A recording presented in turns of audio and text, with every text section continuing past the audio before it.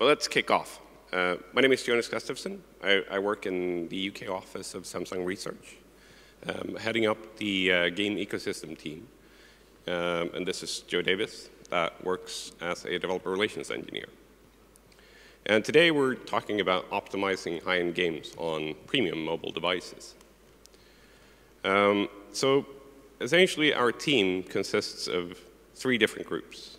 The first one being developer relations, which is a fairly proactive team that reach out to various companies around the planet. We have coverage currently in the UK, the US, Korea, China, and that essentially gives us global coverage. Our team is mainly focused on EMEA, i.e. Europe, Australia, Singapore, and Africa, Middle East, and a few other places. So we travel quite a bit to events such as this.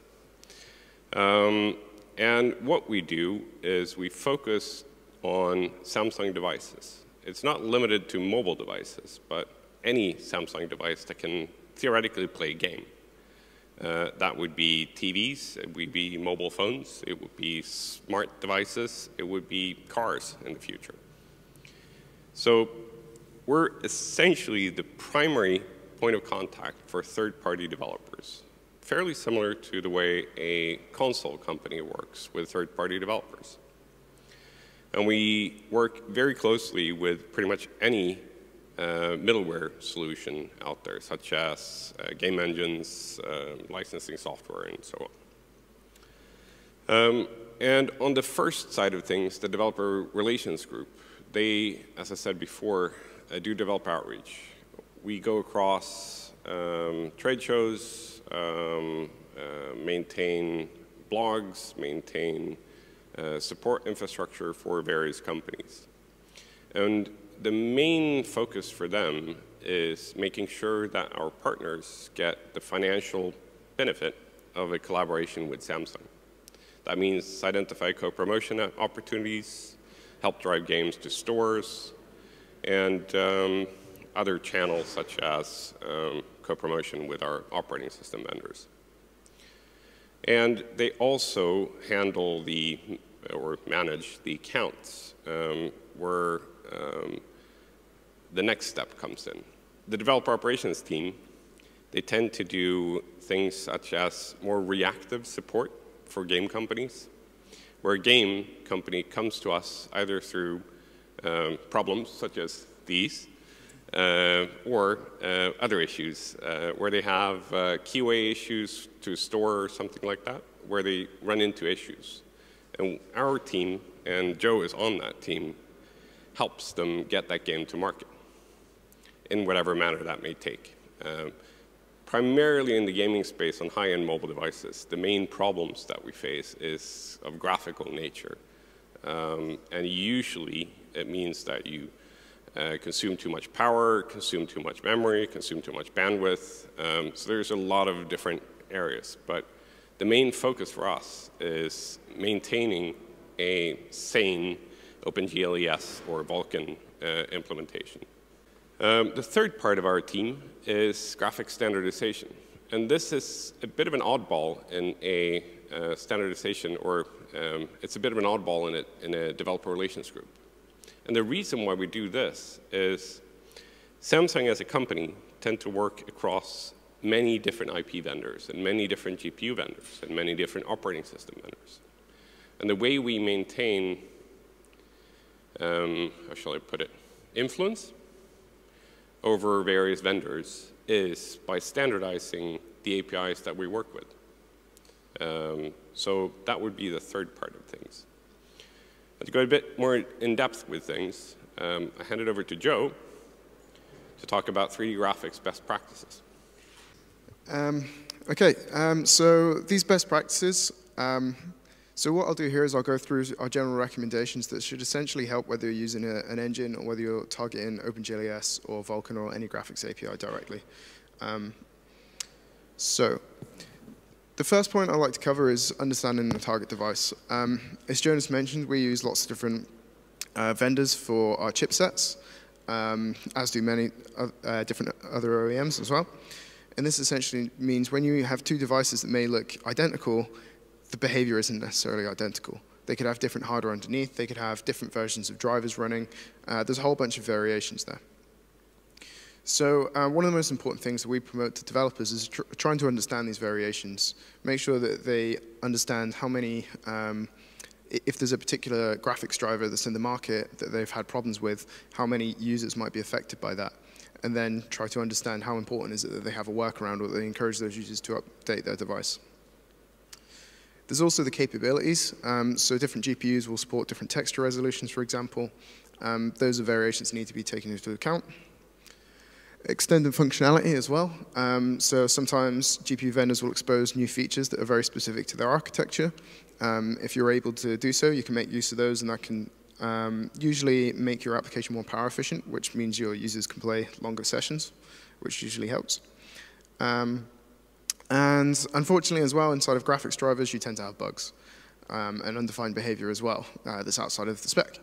So those things you have to be very careful with. So if you develop for a single device, you can potentially be tailoring your application to the issues that are specific to that device without even realizing. And then as soon as you try and run it somewhere else, you end up with lots of portability issues and lots of test overhead. So it's really important to make sure that you have multiple platforms to test on early on in your development cycle.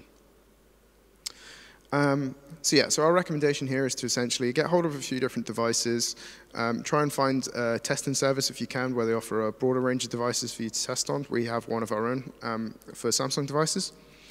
And to make sure that inside of application code, you check for what the capabilities of a given product does so that you don't go beyond the base levels of what an API can do, because that can cause all sorts of problems. The next big thing I'd like to touch on is texture compression. So this is really important in mobile games, both from storage size. So usually you tend to get much better downloads inside of your app on an app store if you keep it below, say, 50 megabytes, because then a user might download it over a data connection instead of having to be on Wi-Fi.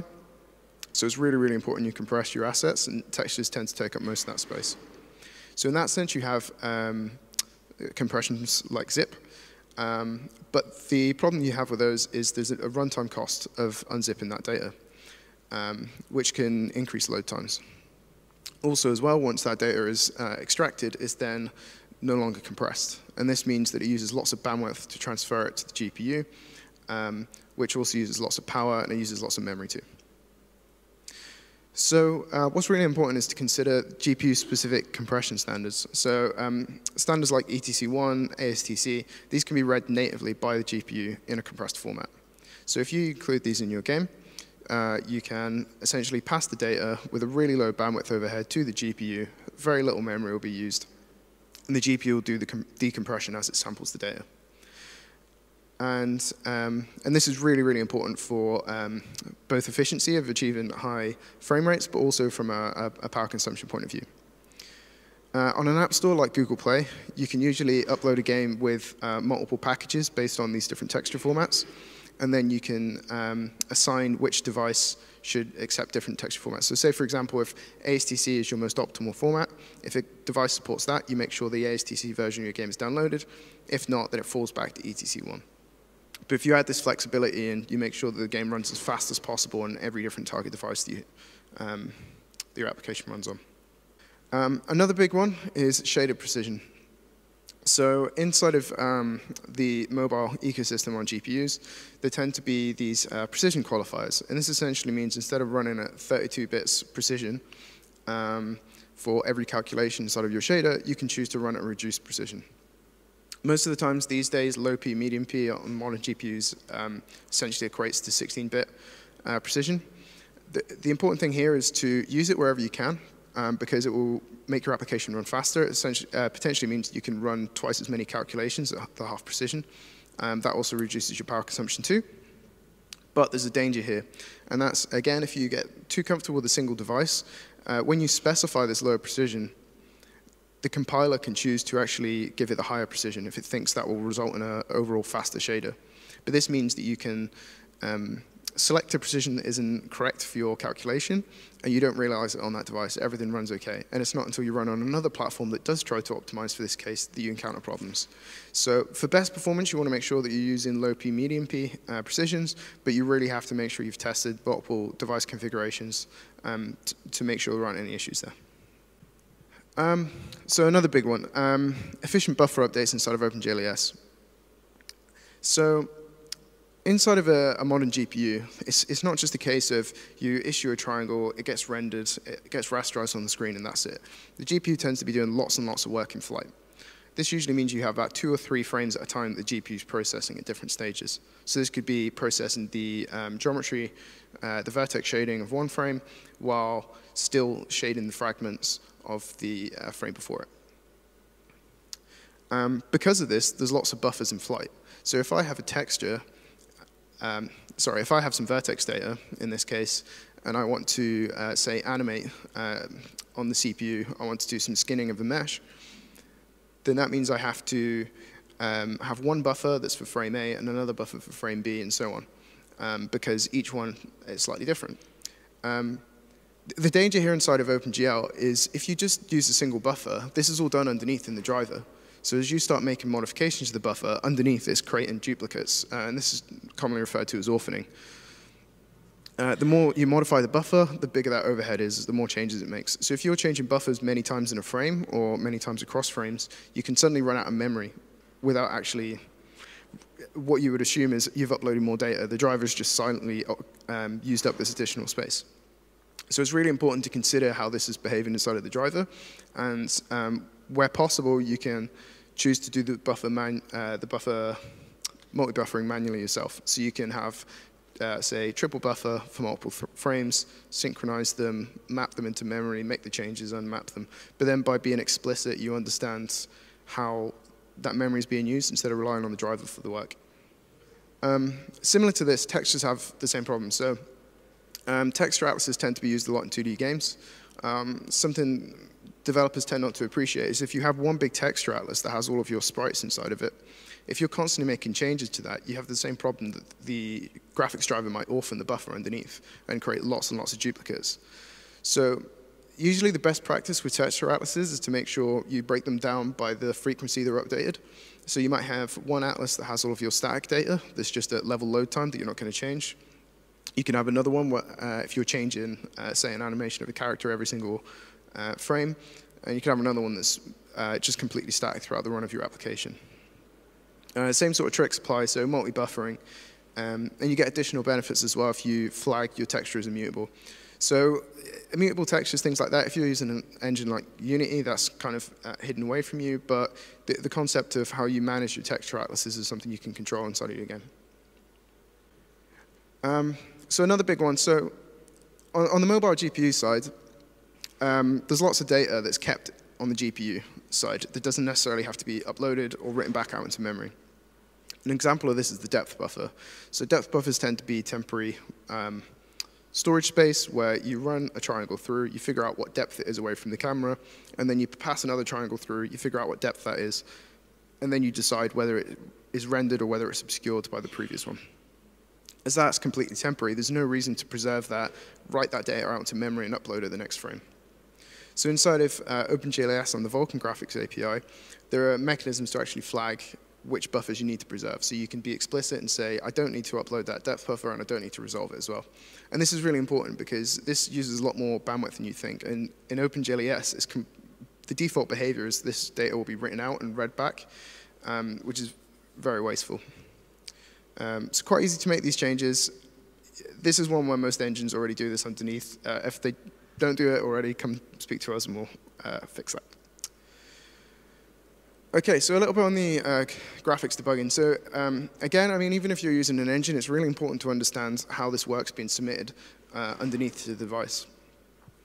So there are a couple of extensions available for this. KHR debug is one where the graphics driver can report issues to the user.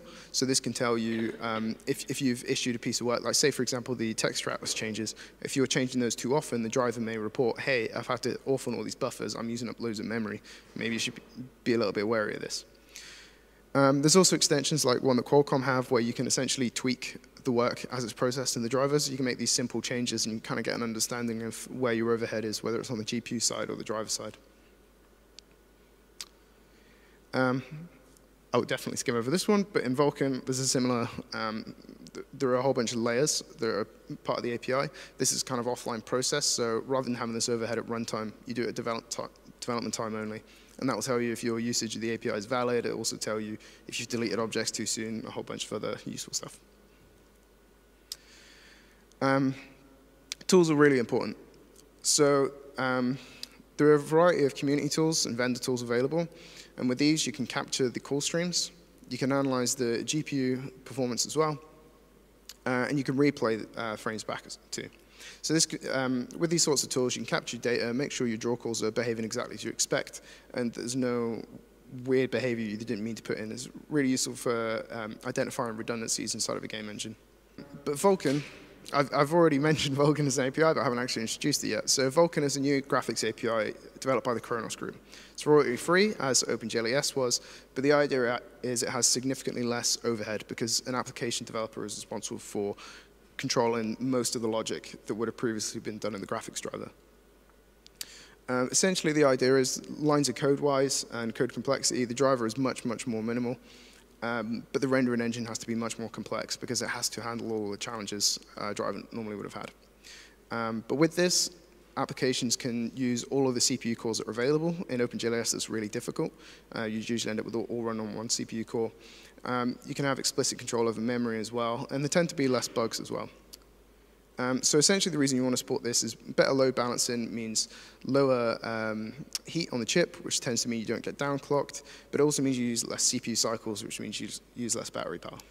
There are a whole bunch of use cases for it. Games is an obvious one, but for things like VR, where you need low latency, really low overhead, it's important too. Computer vision, neural networks, ad networks as well. You want to make sure that the adverts displayed in your game are done efficiently, so you're not slowing down the frame rate, you're not impacting the battery of the user. Well, if you do have a question or something that comes up to mind afterward, please find Joe and Jonas here off the stage, and thank you very much for coming. Thank you.